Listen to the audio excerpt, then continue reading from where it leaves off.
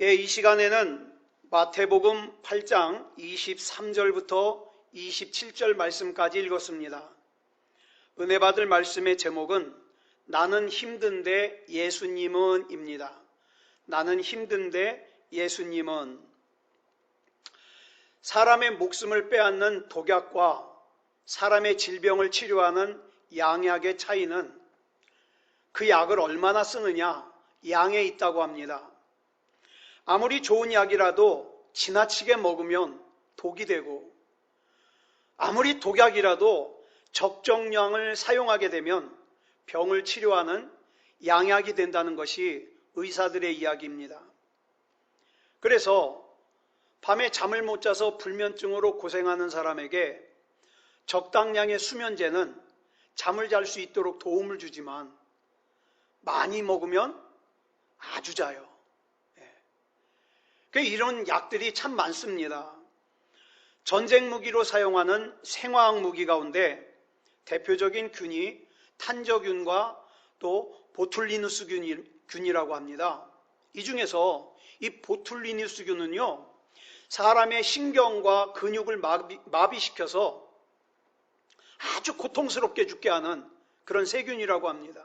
그런데 이 보툴리누스 균으로 개발한 것이 뭐냐? 주름살을 없애고 그 다음에 편두통으로 고생하는 사람들을 치료하기 위해서 만들어낸 보톡스라고 하는 주사약입니다. 다시 말해서 사람들의 신경과 근육을 마비시키고 죽게 만드는 보툴리누스 균으로 만성 편두통과 그 다음에 주름살을 없애는 그런 좋은 약을 개발한 겁니다. 여러분, 우리가 살면서 우리 삶에서 불안이라든가 근심, 걱정, 염려, 실패, 절망 이런 것들이 아예 없을 수는 없습니다. 그런데 없는 게 좋습니다. 이런 거 원하는 사람이 누가 있어요? 없는 게 좋아요. 근데 아주 없을 수가 없어요. 그렇다면 어떻게 살아야 되느냐? 이런 것들을 내가 어떻게 이해하느냐, 또 이런 것들을 내가 어떻게 받아들이느냐, 또는 어떻게 관리하느냐에 따라서 보툴리누스 같이 삶의 신경과 근육을 마비시켜서 결국에는 사망으로 이끄는 독이 될 수도 있고, 보톡스 같이 편두통을 치료하고 그 다음에 주름살을 없애서 젊어 보이게 하는 그런 좋은 약이 될 수도 있다 이 말입니다. 글로벌 리서치라는 곳에서 2012년에 조사한 자료에 의하면 우리 한국 사람 중에 55.1%가 종교를 가지고 있답니다. 어떤 종교든 기독교든 불교든 천주교든 55.1%가 종교를 가지고 있다는 거예요. 그런데 이 종교를 가지는 이유를 조사해 봤더니 38.8%가 마음의 평안을 얻으려고 종교를 가진다고 대답했어요. 그리고 31.6%가 구원과 영생을 위해서 종교를 가진다고 대답했고, 18.5%가 건강, 재물, 성공 등 이 세상에서 복을 받기 위해서 종교를 가진다고 대답했습니다. 7.7%가 가족의 권유 때문에 종교를 가진다고 대답했고요. 3.5%가 신도들과 친교하기 위해서 종교를 가진다고 대답했습니다. 이 조사는 1998년에 한 번 했고 2004년에 한 번 했고 그 다음에 8년이 지나서 2012년에 했는데 그 뒤로 또 조사한 것이 없는가 찾아봤는데 아직 없어요. 그런데 이 조사에서 특이할 만한 것이 1998년도 조사에서는 구원과 영생을 위해서 종교를 가진다고 대답한 사람이 47.1%였습니다.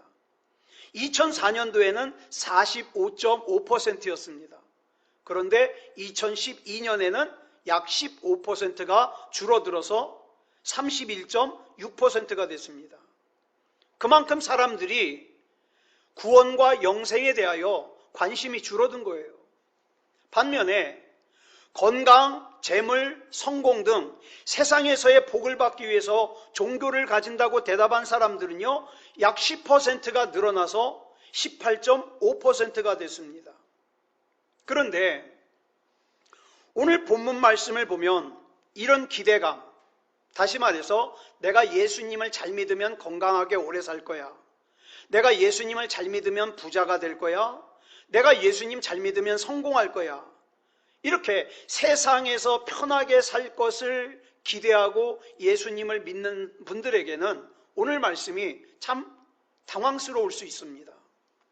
왜냐하면 본문 24절을 보면 예수님 가장 가까이에서 예수님을 믿고 따르는 사람들인 제자들에게 큰 시련이 닥쳐왔습니다. 우리 같이 읽겠습니다. 시작. 바다에 큰 놀이 일어나 배가 물결에 덮이게 되었으되 예수께서는 주무시는지라. 이 똑같은 사건을 기록하고 있는 마가복음 4장 37절을 보면 이렇게 기록하고 있습니다. 시작. 큰 광풍이 일어나며 물결이 배에 부딪혀 들어와 배 가득하게 되었더라. 즉 사태가 심상치 않다는 거예요. 저는 예전에 어렸을 때 이 말씀을 읽으면서 이런 의구심이 들었습니다.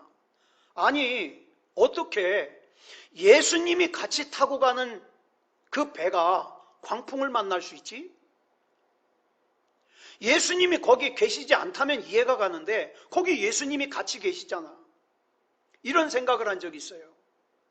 더군다나 그 배에 타자고 제일 먼저 제안한 분이 누구냐? 마태복음 8장 18절을 보면 예수님이십니다.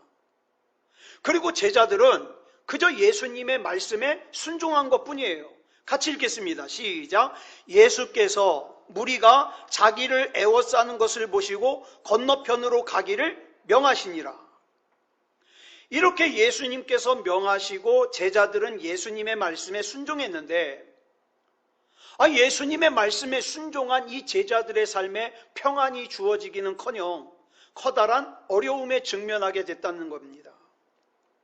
그런데 여러분 가만히 생각해 보면 이런 일들이 본문에서만 일어나는 일이 아니에요.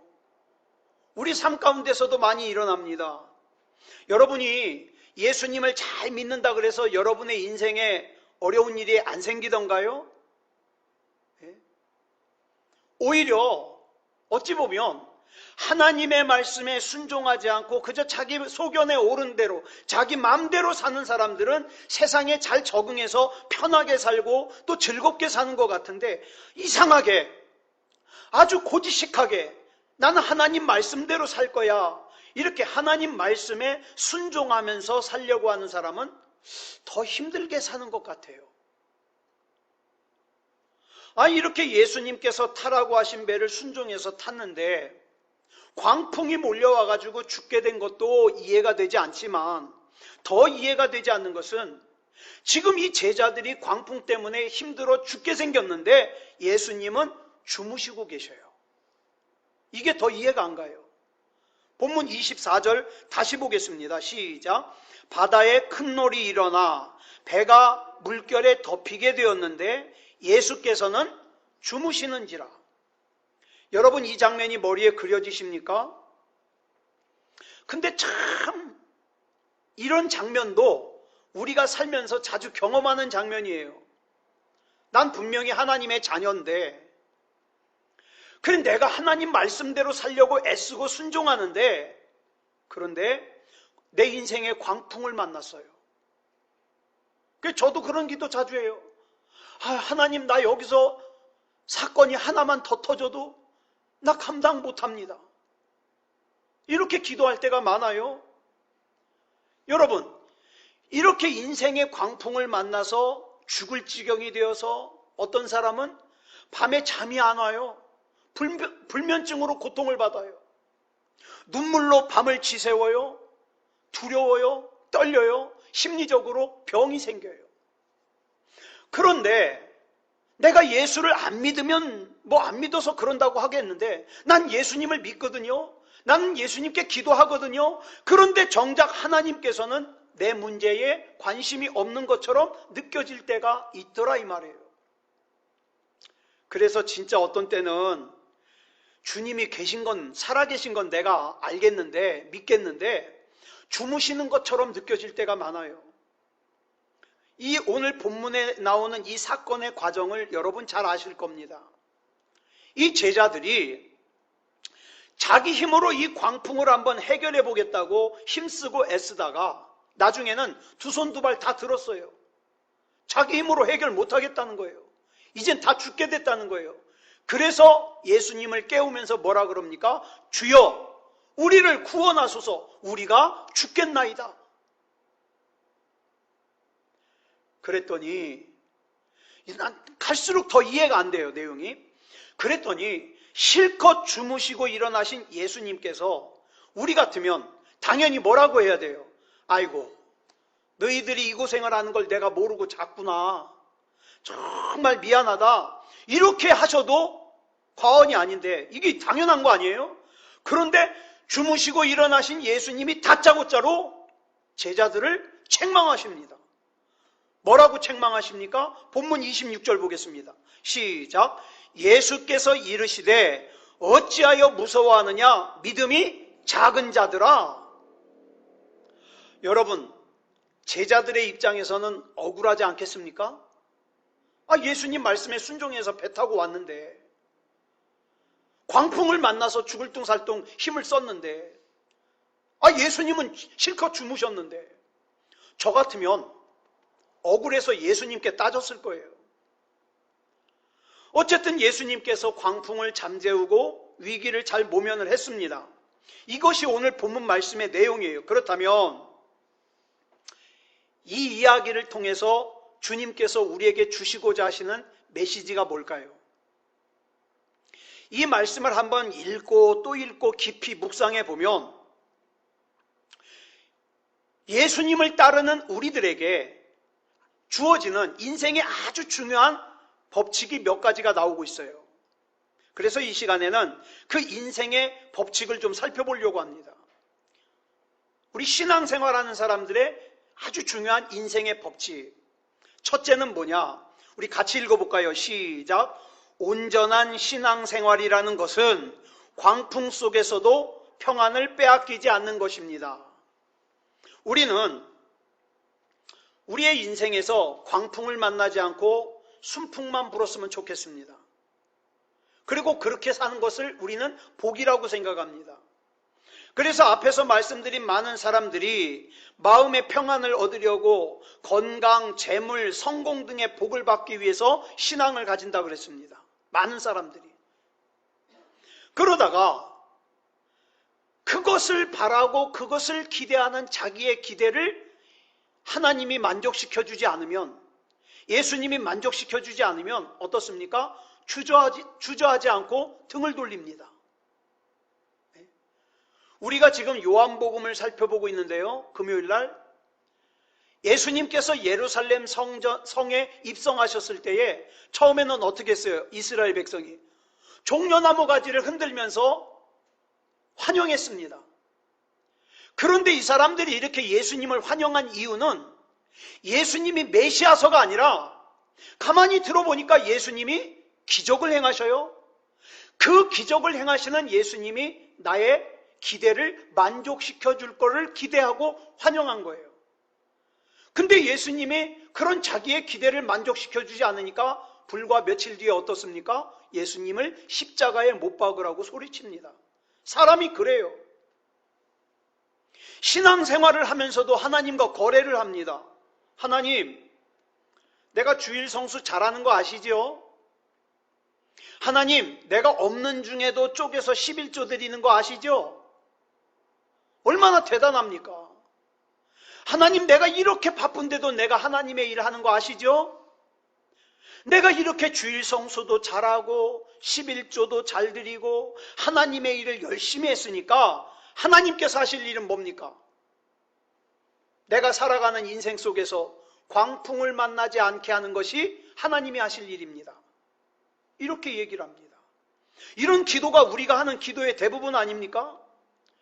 그리고 간혹 보면 이런 심리를 이용해서 헌금을 강요하는 분들이 있었어요. 실제로 자녀가 잘되기 원한다면 자녀 이름으로 헌금을 하래요. 자녀가 학교에 합격하길 원한다면 자녀가 직장에 취직하기를 원한다면 그 제목으로 헌금을 하래요. 집이 경제적으로 풍요해지려면 11조를 하래요. 11조도 10분의 1만 하면 복이 적으니까 10분의 2, 10분의 3, 10분의 4를 하면은 복을 더 많이 받을 거래요.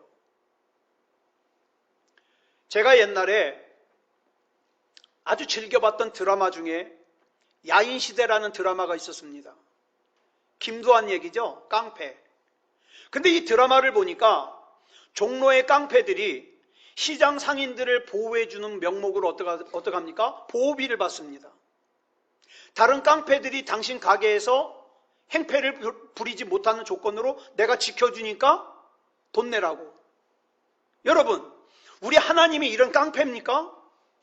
헌금을 받으면 자녀를 지켜주고, 헌금 안 하면 안 지켜주고, 헌금을 하면 취직시켜주고, 헌금 안 하면 취직시켜주지 않고, 헌금하면 부자가 되게 해주고, 헌금 안 하면 부자가 되게 해주지 않고, 헌금하면 광풍을 안 만나게 해주고, 헌금 안 하면 광풍을 만나게 하고.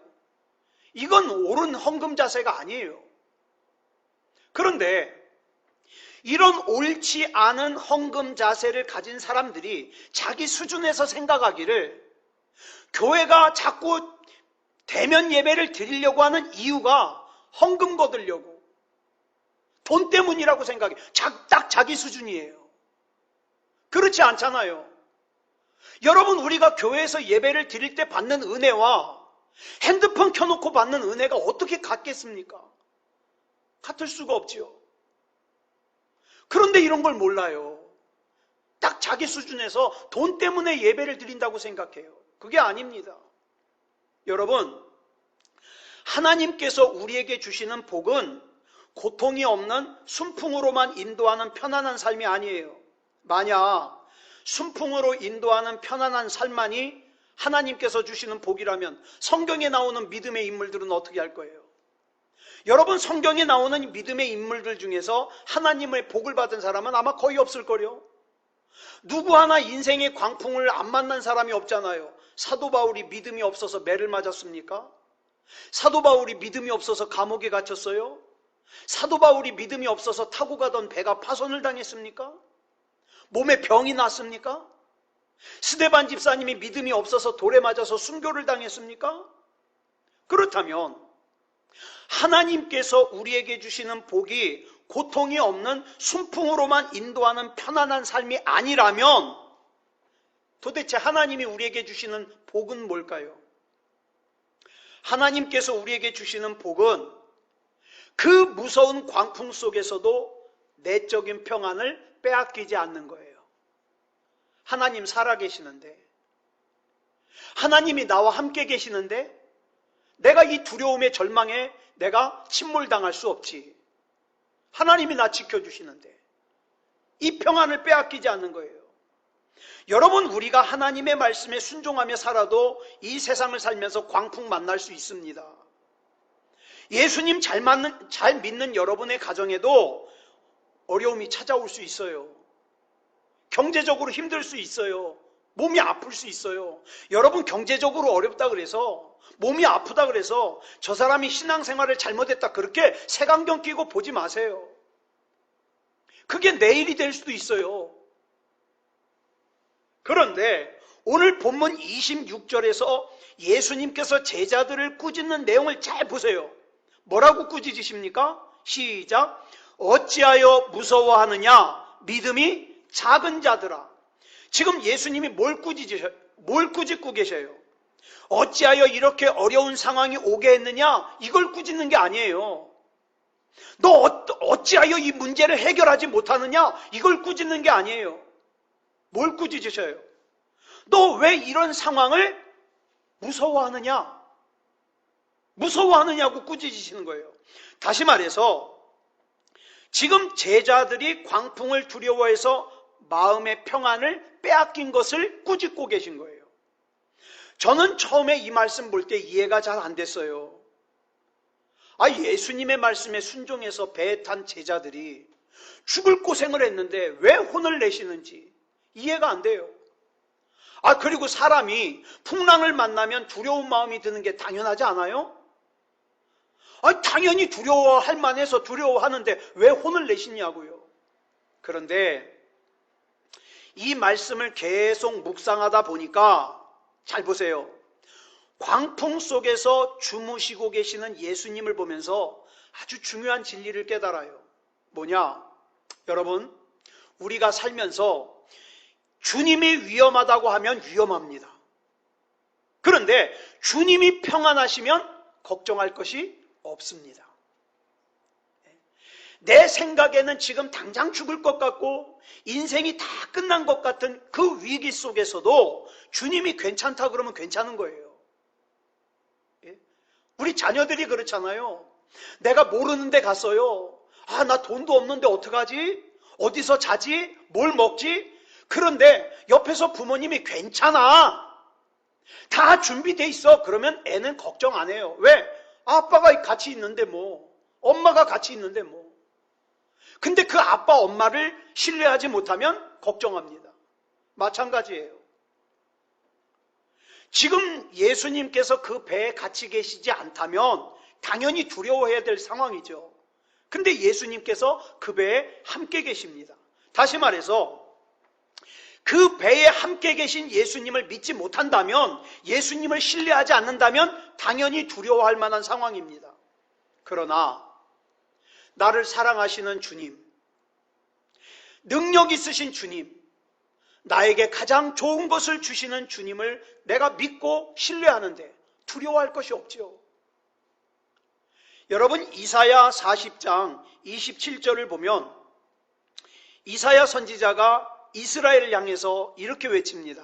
우리 쉬운 성경으로 보겠습니다. 시작. 야곱 백성아, 너희가 어찌하여 불평하느냐?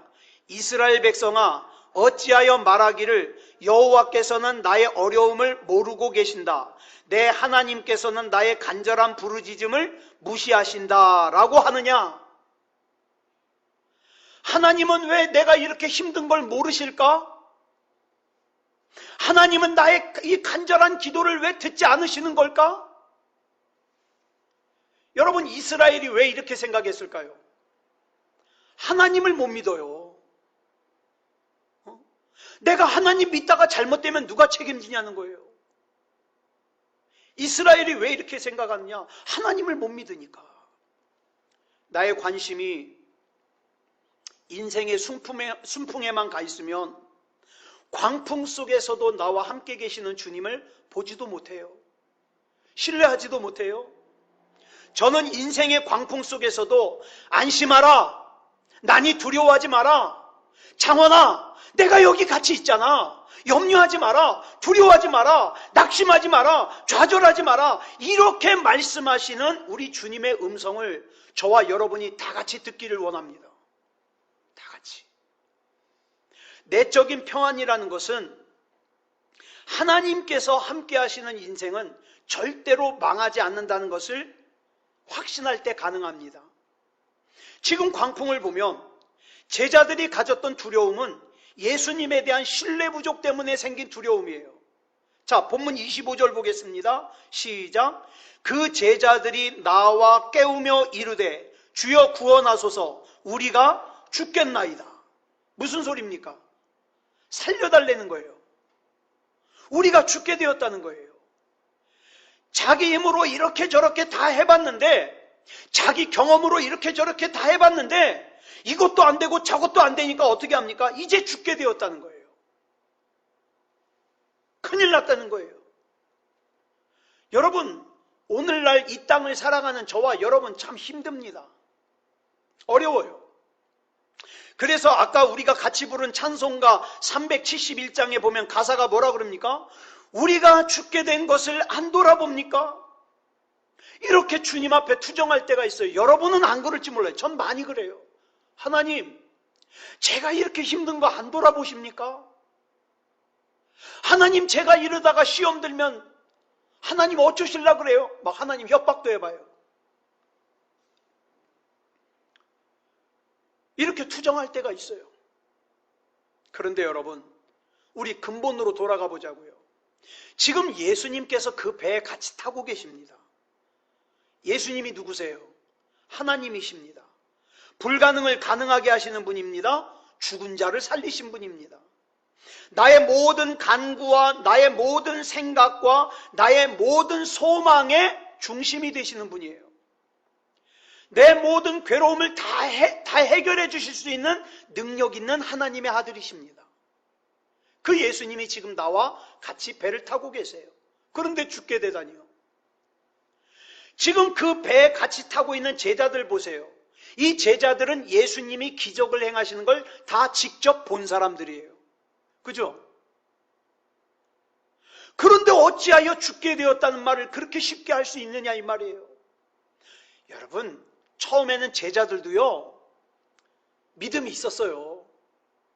주님이 앞장서 가시면 모든 일을 다 할 수 있을 거라고 생각했어요. 그런데 배를 타고 가다가 광풍을 만나니까 두려운 마음이 엄습하니까 그 두려움이 내 믿음을 마비시키더라. 여러분, 우리가 살면서 너무 걱정이 크고 두려움이 크잖아요. 내 믿음이 마비돼요. 너무 시험에 크게 들잖아요. 내 믿음이 마비돼요. 옛날에는 그렇게 하나님이면 충분하다 그랬는데, 하나님이 나와 함께 계시면 두려울 것이 없다 그랬는데, 두려움이 크니까, 걱정이 크니까, 염려가 크니까 내 믿음이 마비가 되는 거예요. 여러분, 분명하게 기억하세요. 두려움은 우리의 믿음을 마비시키는 아주 무서운 겁니다. 그러니까 우리가 계속 기도해야 돼요. 예수 그리스도 이름으로 두려움은 떠나갈지어다. 예수 그리스도 이름으로 명하노니 염려는 떠나갈지어다. 왜? 그거 내버려 두면 내 믿음이 마비되거든요. 그리고 그것을 내버려 두면요, 사탄 마귀가 그 두려움을 갖다가 자꾸 증폭시켜요. 실제보다 더 크게 보이게 만들어요. 그러다가 결론은 뭡니까? 끝났다. 난 안 된다. 그래서 결국에는 그 두려움이 내 믿음을 작동하지 못하게 해서 예배를 드려도 은혜가 되질 않아요. 하나님의 말씀을 읽어도 내가 아무 감동이 없어요. 그렇게 만들어버린다 이 말이에요. 그러나 우리가 믿음으로 주님을 신뢰하면 이 광풍은 오히려 우리로 하여금 주님만을 의지하게 하는, 주님이 아니면 안 됩니다, 의지하게 하는 도구가 된다 이 말이에요. 본문을 가만히 보면 이 제자들이 풍랑이 일자마자 예수님을 안 깨웠어요. 왜 처음부터 예수님을 안 깨웠을까요? 자기들은 직업이 어부잖아요. 어려서부터 배를 탔잖아요. 근데 예수님은 직업이 뭐예요?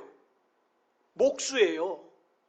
아니, 이 배에서 생긴 문제를 어부가 목수한테 물어봐서야 되겠습니까? 그래서 안 깨웠어요.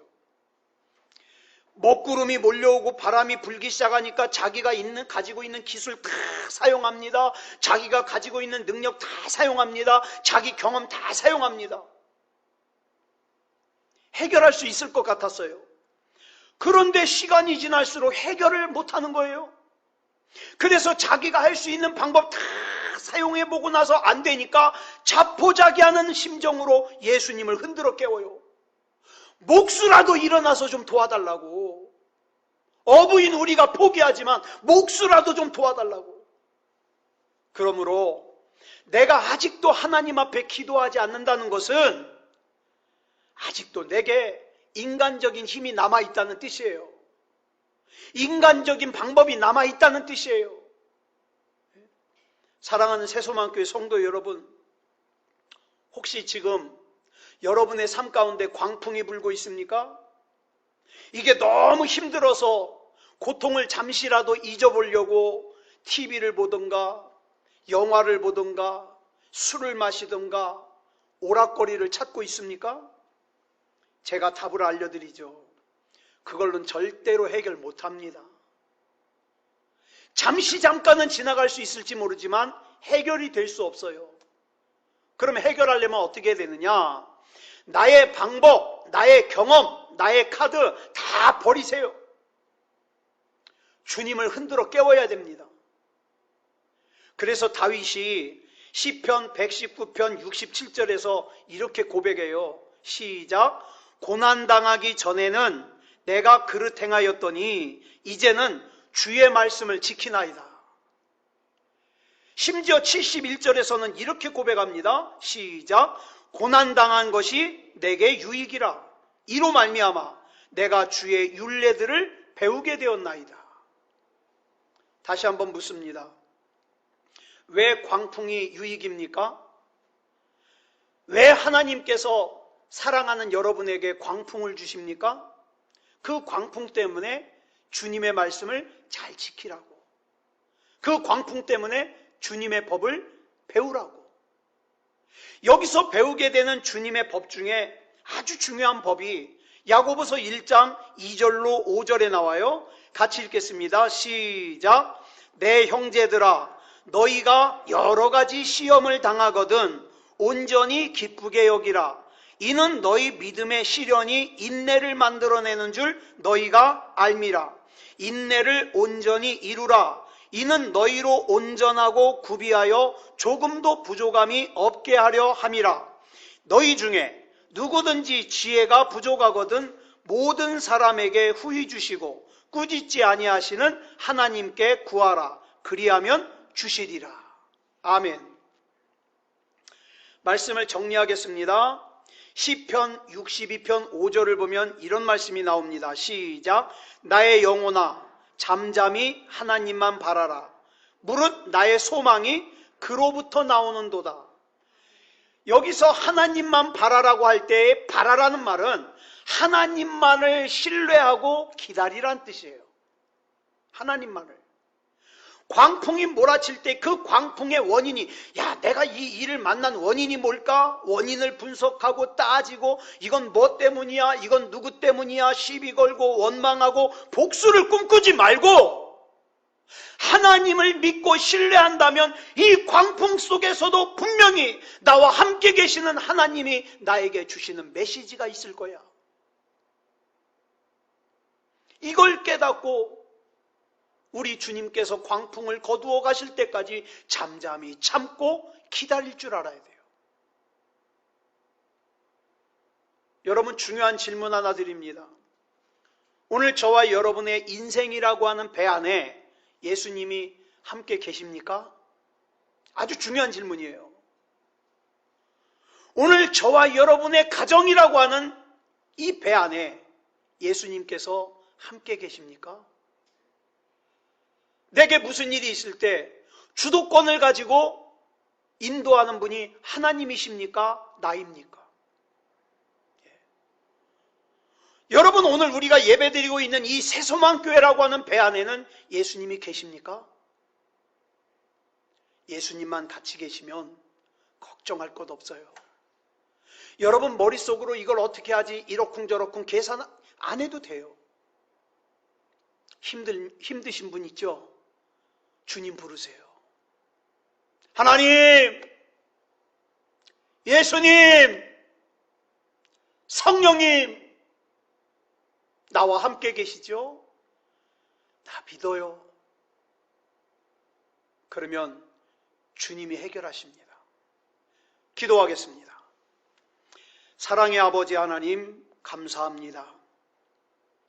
하나님의 은혜 가운데 이 시간 하나님을 예배할 수 있음을 감사합니다. 우리는 많은 순간에 내가 예수님을 믿고 내가 하나님의 자녀고 내가 구원받았음을 내가 의심하지 않는데, 내가 이렇게 힘든 일을 겪을 때 도대체 하나님은 어디 계시는지, 하나님은 뭘 하시는지 의심이 될 때가 있습니다. 그러나 주님, 우리에게 더욱더 믿음다운 믿음을 주셔서 그 광풍을 만났을 때에도 절대적으로 하나님을 신뢰하여 평안을 잃어버리지 않도록 인도해 주시옵소서. 하나님이 아니면 안 됩니다. 앞으로의 우리 삶 가운데서도 하나님이 역사해 주시고 붙잡아 주시옵소서. 살려주시옵소서. 일으켜 세워주시옵소서. 회복시켜 주시옵소서. 우리 주님께서 붙잡아 주실 줄 믿사오며 그리스도 예수님의 이름으로 간절히 기도드려 싸움나이다. 아멘.